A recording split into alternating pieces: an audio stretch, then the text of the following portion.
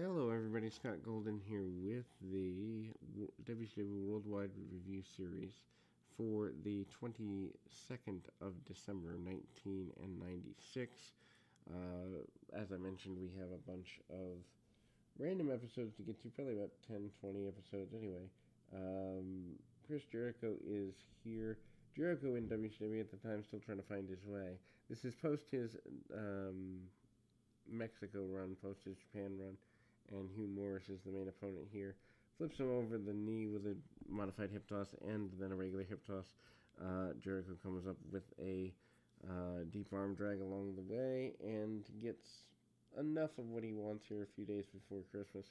Arm drag, short cut off by Morris, who goes at him pretty aggressively here. Tries to choke him out a little bit. Doesn't get all he wants on that, but gets enough for at least a moment or two.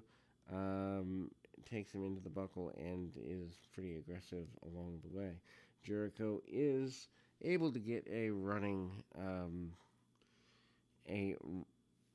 start at getting clotheslined, and does get clotheslined for his trouble. Actually, I think I need to amend this because this is a different episode in terms of the enhancement talent, I think.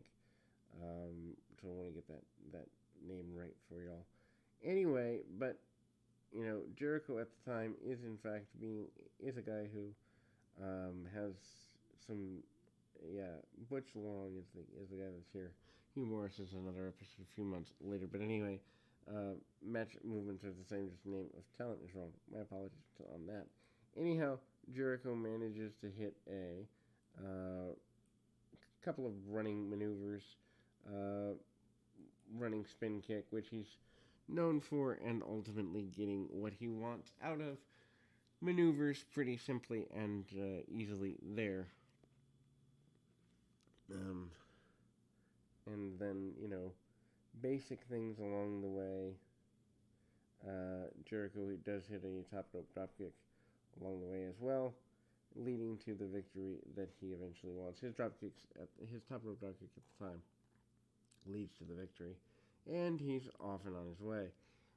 We see a much younger, although just as boisterous, Tony Schiavone leading the announce team for Bobby Heenan.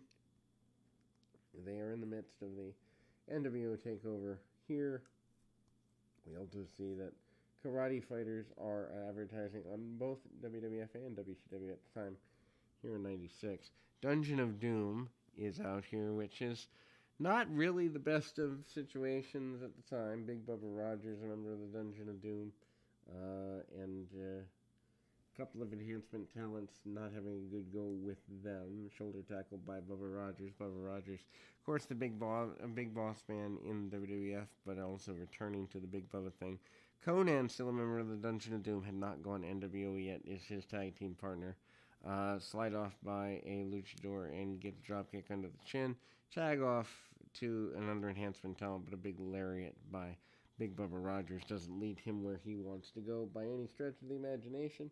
And Conan comes in, hits the couple of kicks and the rolling clothesline that he is most known for at this time.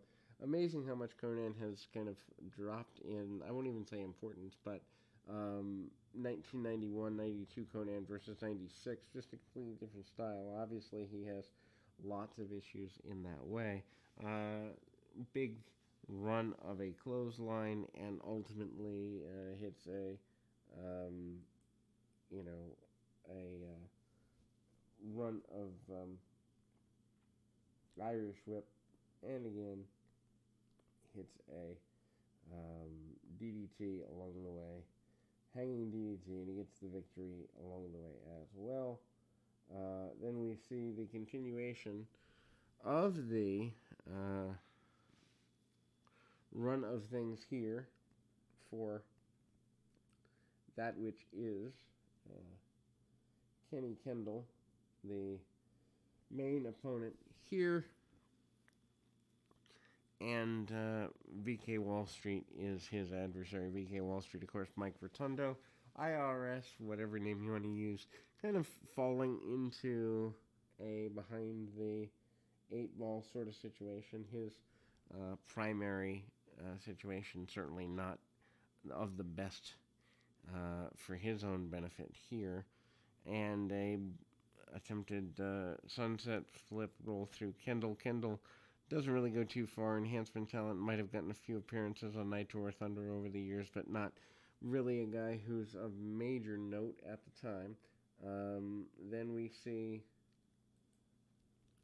side headlock and a couple of clotheslines there, and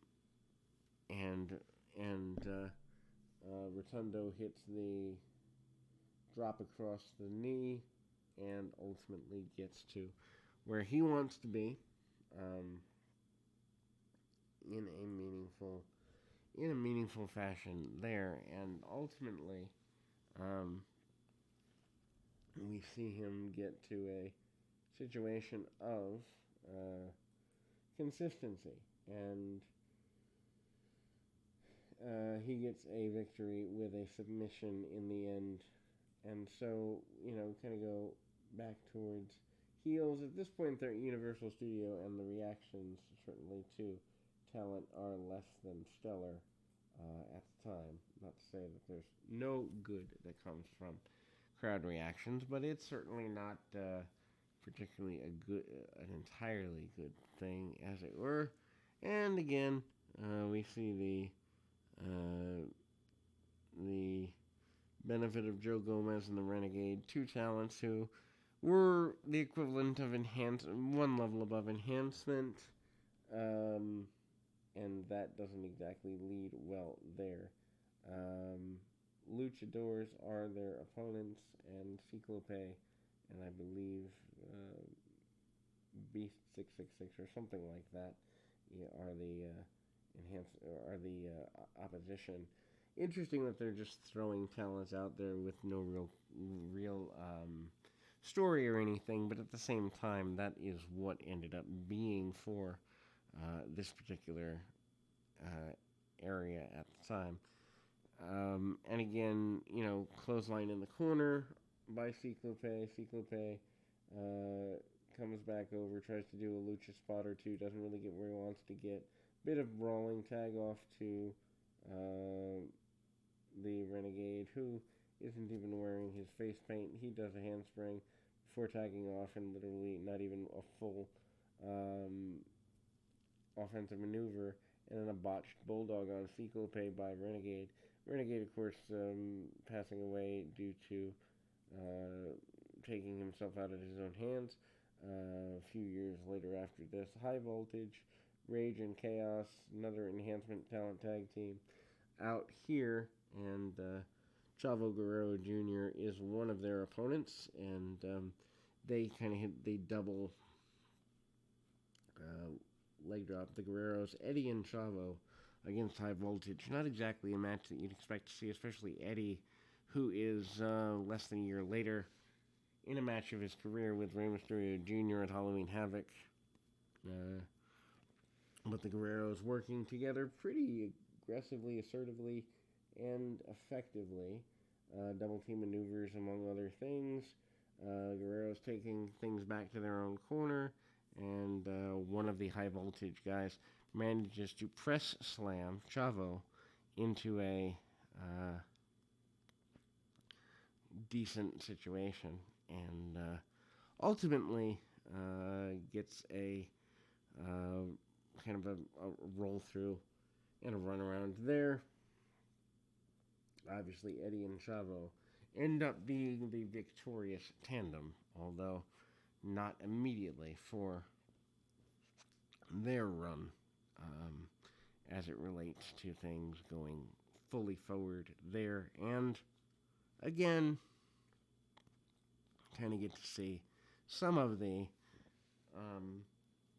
run through and basic maneuvers not exactly working for the team. High Voltage tries to cut the ring off, does for a little bit, don't get all they want on it, but they manage to treat this match kind of like a showcase for themselves, because this is in a lot of ways as high as they go. Back suplex by Chavo Guerrero, putting he and Eddie in decent position once again, and ultimately getting things going in a direction that is workable for them. Both members of the respective teams want to tag in, and eventually the Guerreros win, including one of Eddie Guerrero's top rope frog splashes for the trouble. And we go to the final match of the program, Dungeon of Doom. I believe is also highlighted in a promo. Again, the Universal Studios crowd not exactly worth looking at. Lex Luger out here, and that's where Hugh Morris came into this episode. He is facing Lex Luger. Obviously not a 5-star classic here.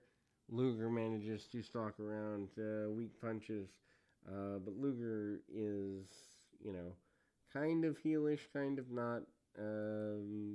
50-50 booking at this point for Luger in the end of 90, or the end of 96, early 97. He ends up heating up in the summer, picking up a World Championship win over Hulk Hogan on Nitro, which was a bit of a surprise at the time. Clotheslines and power slam by Luger, eventually winning with the torture rack, and Lex is happy with that.